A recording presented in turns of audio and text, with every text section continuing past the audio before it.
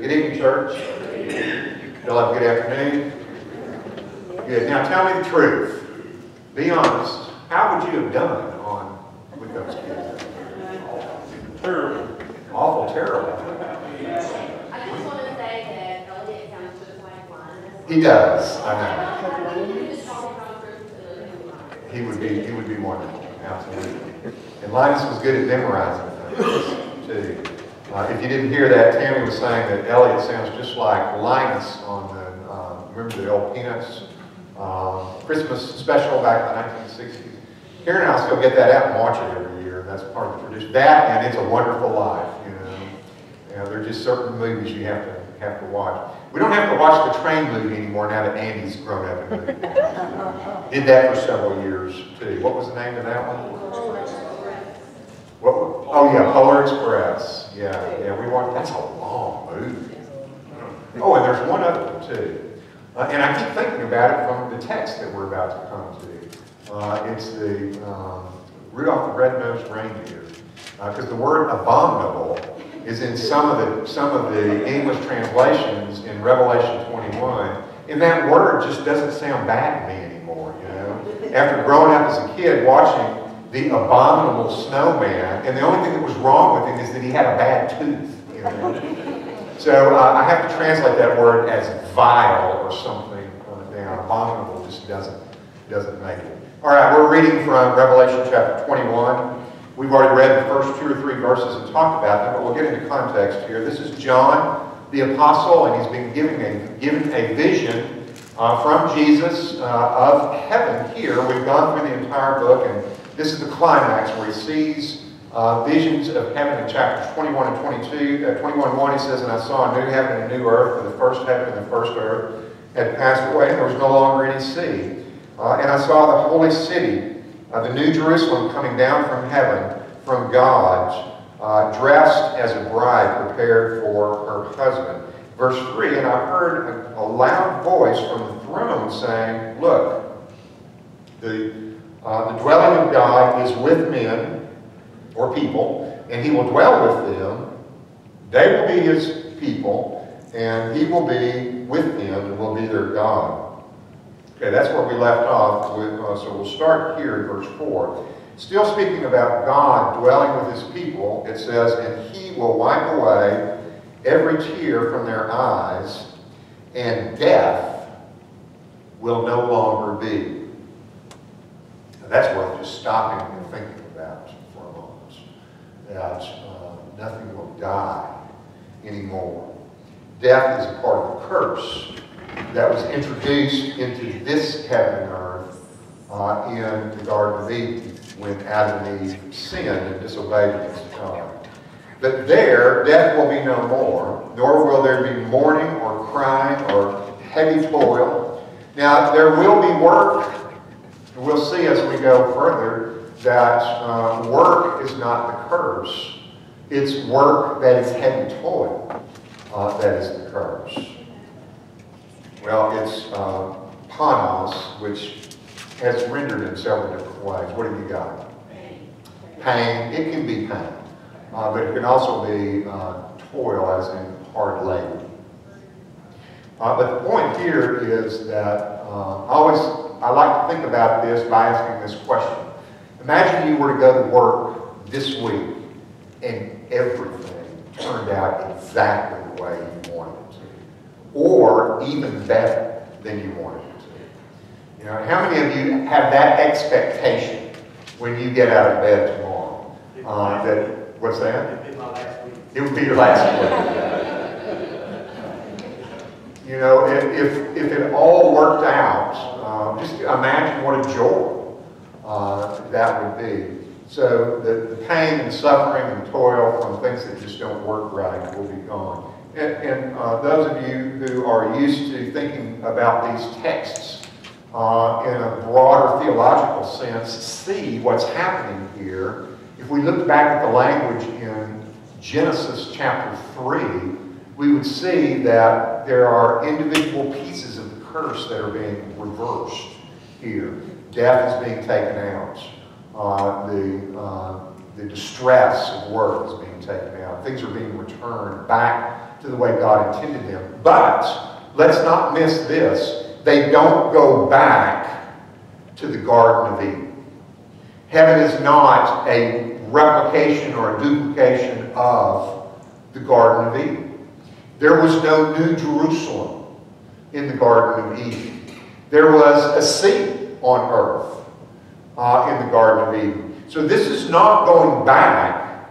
This is going forward. God never goes back. He's already got a plan laid out. And God never goes down a dead-end road with his plan and says, oops, we need to back up and get back on the right path. That's what we do. God never does that.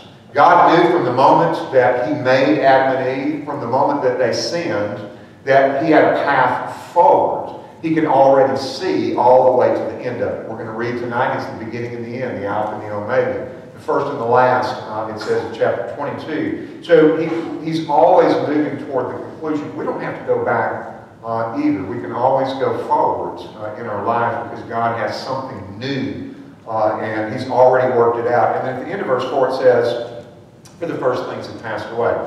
Now we read this also earlier in the chapter. This is in 4 short verses. This is the second time that we read that the former things or the old things had passed away. And whenever there's a repetition in Scripture, that is an emphasis. We're supposed to get this.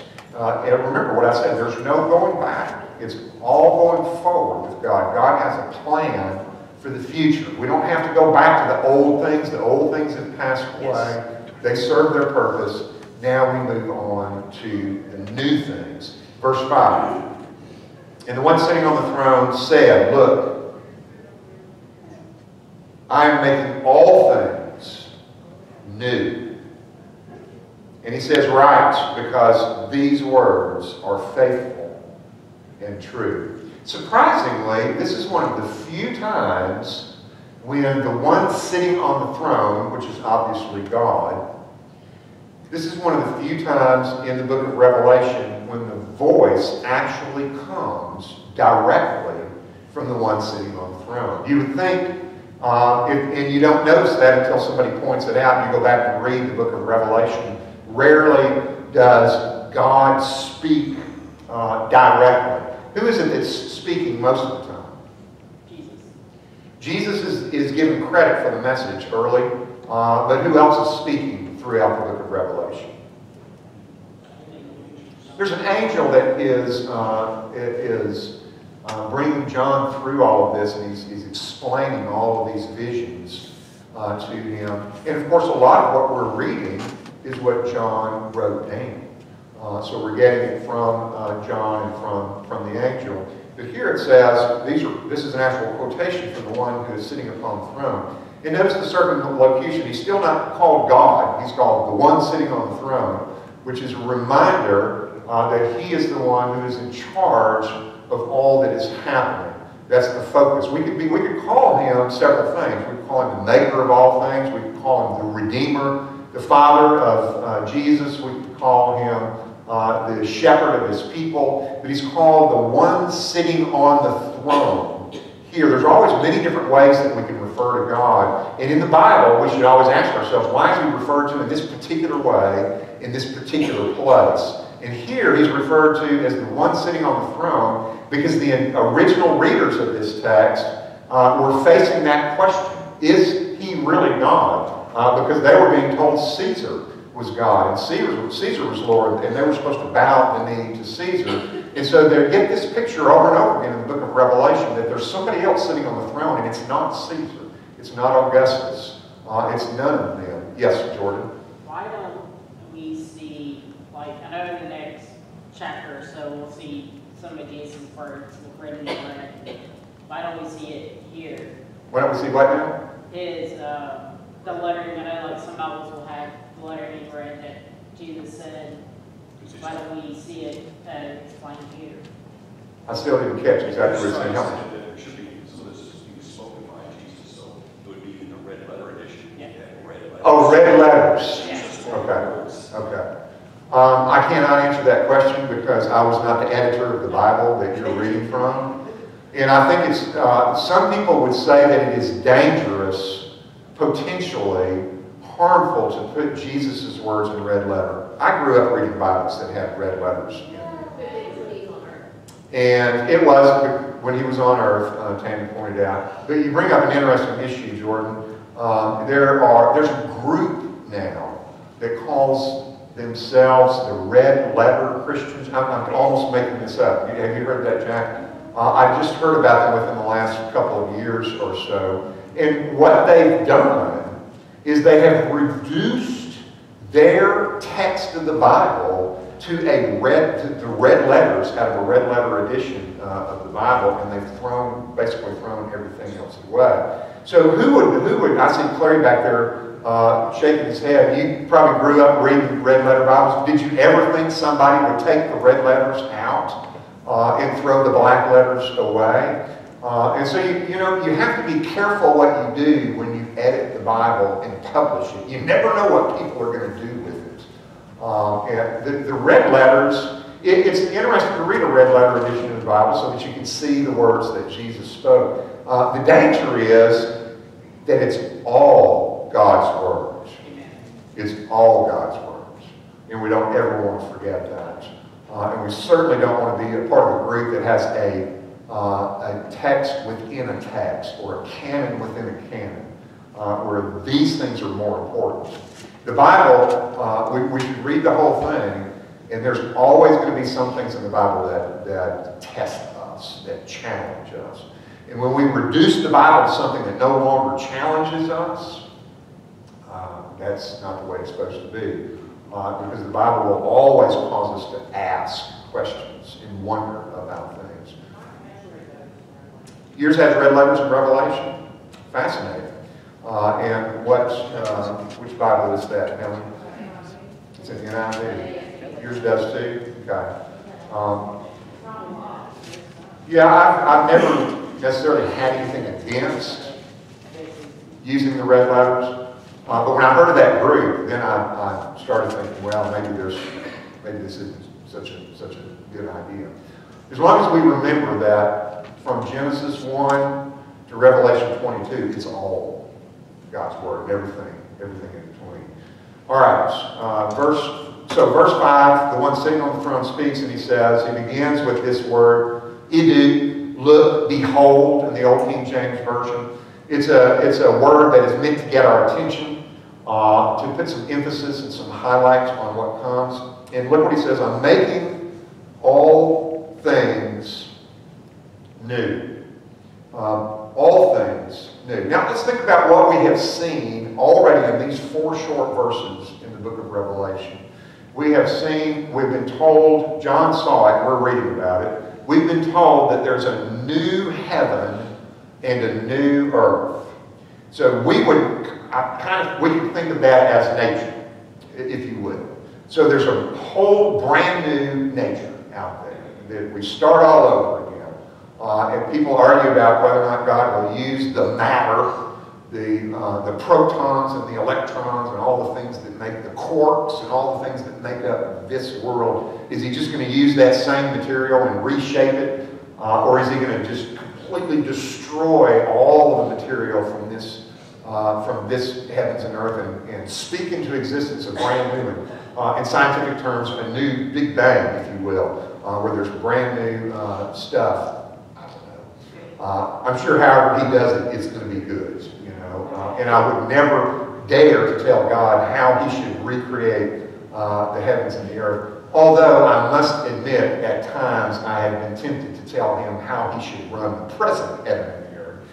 But I'm always wrong about that. All right. So he's going to make all things new, the heaven and the earth, nature. And then, remember what I said, we're not going back to the garden. There's no mention of going back to the Garden of Eden. Instead, we have this city coming down from God, from heaven, to the new earth. And we're going to read more about that as we get deeper into chapters 21 and 22. So what does a city represent? And by the way, I got bit last week because somebody thought that I was being truthful when I said that God hates cities. And I was just joking, all right? If you happen to catch that, maybe it just flew by you. You didn't hear it. But that, I grew up in the big city, so I can make fun of the city, all right? And I like to because it's a crazy place. But when you think about the city, what does that represent to you?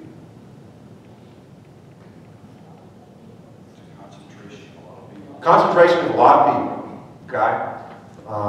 New York, Karen and I went to Manhattan a few years ago for the first time. She grew up in New York State, in a town smaller than Canada. When you hear somebody grew up in New York, you think, oh my goodness, they grew up in a big city. She didn't. She never been to Manhattan until we went a couple of years ago. And let me tell you, that's a different world. Not one I'd want to live in. You know, that's one of those nice places to visit, but I wouldn't want to live there. You know, I'm not even sure it's a nice place to visit, but it was interesting. It was interesting. So what do you think about when you think about the big city? Chaos. Chaos? Lots of folks? I don't know, lots of things to do. Lots of things to do? Okay. What'd you say, Wanda? Lots of traffic. Traffic. That's exactly what I think of. Public transportation. Yeah, it's hard to get around, and people get cranky. So, do you have any? Jennifer had a positive thought about the city. Lots of things to do, but I heard a lot of negative things. But in heaven, there is a city. The city represents people living together, and we don't always do very good at that. That's probably why we have negative connotations or negative thoughts about the cities. When you put a lot of people together and ask them to live side by side, they do get cranky and upset and worried about different things. But in heaven, it will be okay to live in the big city. In fact, the biggest city ever. We're going to find out as we read about it. That all of that's going to be solved. All the problems with nature are going to be solved, new heaven and new earth. All the problems with lots of people living together in a community, a large community, will be solved in New Jerusalem. So we have a new heavens, new earth. We have a new city, and we have a new sanctuary. We have a new temple. We have a new church. Completely new. Completely different. Because now the church is God literally with us. God right there in front of us, sitting on His throne. We can see Him with what will then be our natural eyes and hear His voice. So we won't gather together in buildings like this and ask for God's invisible presence to come and meet with us, because we can go to the big city, the New Jerusalem, and see the visible presence of God. So when He says that He's making all things new, He means from A to Z. Nature, we could say, I can't think of the word, when people live together. Civilization, thank you. Nature, civilization, and religion, if you will, if I can use that term in a positive sense. That relationship between God and people. And then he goes on in verse 5 and he says, right. He's speaking now to John.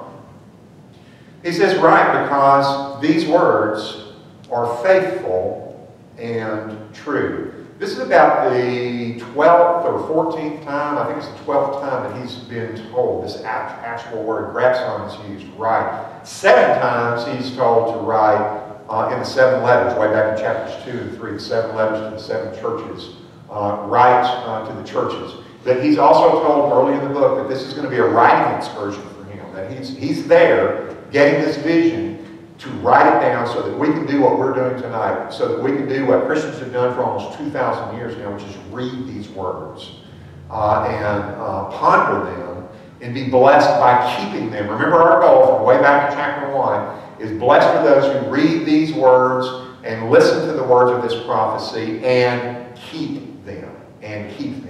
Yeah, not necessarily figure them all out, not necessarily come up with the right charts and graphs, not necessarily solve all the chronological problems, but read them and keep them. Why? Because they are faithful and true. Now, again, this was important to those who were living at that time because they were living in a broken world. And you know, when things are going well for us, we can forget that our world is broken. And eventually, though, that all comes in, doesn't it? You know, if I could divulge a private conversation that we were having over here not too long ago, Blake can get mad at me later on, but we were talking about how as we age, that things slow down, you know? You and Susan were talking about that? I just happened to be listening. You had a good illustration, though. What was your illustration? What was my illustration? Yeah. I was about cutting firewood with my dad yesterday, and after about 45 minutes, I cut that saw off, and he walked up and said, "Is the saw out of gas?" I said, "No, but I am." Yeah, so the gas tank gets a little bit low. Not as much in the tank anymore. Not as much in the tank anymore. And you know, it just, no matter how healthy we are, no matter how blessed we are, no matter how much God chooses to give us a good and easy life, it doesn't matter. Eventually, things just slow down. Everything that we do gets harder. And so it's a reminder that this world is broken.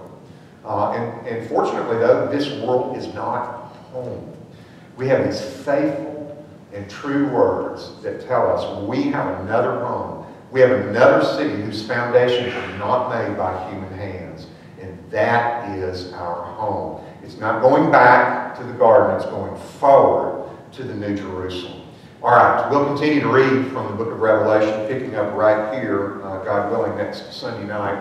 Thank you so much for being here tonight, especially for the kids. I really appreciate you coming and supporting them and what they're doing. When you see Debbie and Darlene in the hall, encourage them. They're doing good work back there. There's so much biblical illiteracy in our culture now. And these kids are being given something very precious and special by them, by teaching them how to feel comfortable with their Bible and know how to read it and understand it. All right, let's pray, and then we'll go. Father in heaven, we thank you. I want to